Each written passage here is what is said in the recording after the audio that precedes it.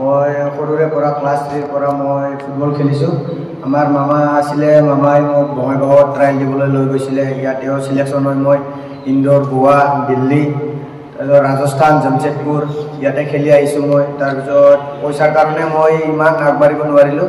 তাৰপিছত মই আৰু আছামলৈ উভতি আহি কিনে মোক গজালি ক্ৰীড়া সন্থা নৱজ্যোতি ক্লাব চুকুটিৰ পৰা মোক বৰদলৈ ট্ৰফি খেলিবৰ কাৰণে চান্স দিছিলে।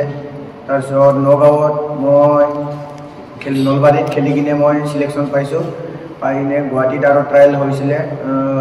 মিনিমাম আমি ট্ৰায়েল দিব গোৱাটো মানুহবিলাক 819 জন আছিলে। 819 জনৰ পিছত আৰু চিলেকশ্যন কেম্পত আমি চিলেকশ্যন হৈ কিনে আমাৰ 70 জন ল'ৰা ৰাখিছে। গুৱাহাটী চাইত কেম্পটো হৈছিলে। তাৰপিছত ইয়াৰ পৰা 70 জনৰ পৰা ইয়াৰ নেক্সট দিনাখন আৰু 32 জন কাটি কিনে আৰু 38 জন ৰাখিছে। 38 জনৰ পিছত লাষ্টৰ দিনা মে'ৰ 31 তাৰিখ মানে ছাৰে আমাক ৰিজাল্টটো দিব বুলি কৈছে।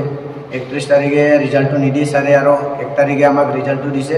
তাৰপিছত 17 জনৰ ভিতৰত মোৰ নাম আছে। মই 16 নম্বৰত আছোঁ। আমাৰ ডিষ্ট্ৰিক্টৰ পৰা আমি 17 জন যাম। আছামৰ পৰা আমি খেলিবলৈ স্পেইনলৈ 17 জন যাম। মই বহুত ভাল পাইছোঁ যে মই সৰুৰে পৰা কষ্ট কৰি মা দেউতাই ইমান সৰুৰে পৰা মোক ডাঙৰ কৰি মোক বুজতা লাগে, বুজতা দিছে, কাপোৰ চাপোৰ দি আছে মোক। মাহঁতে বহুত কষ্ট কৰিছে। আজি যে মই মা দেউতাৰ সপোনটো মই সফল কৰিব পাৰিছোঁ, মই ইয়াৰ কাৰণে বহুত ভাল পাইছোঁ মই। আৰু আমাৰ গজালিৰ নৱজ্যোতি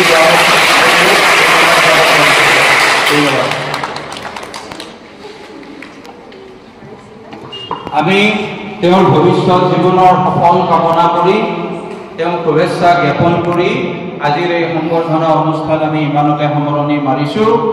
আশা কৰিছোঁ তেওঁ দেশবাসীলৈ, অসমলৈ, আমাৰ মহাবিদ্যালয়লৈ গৌৰৱ কঢ়িয়াই আনিব।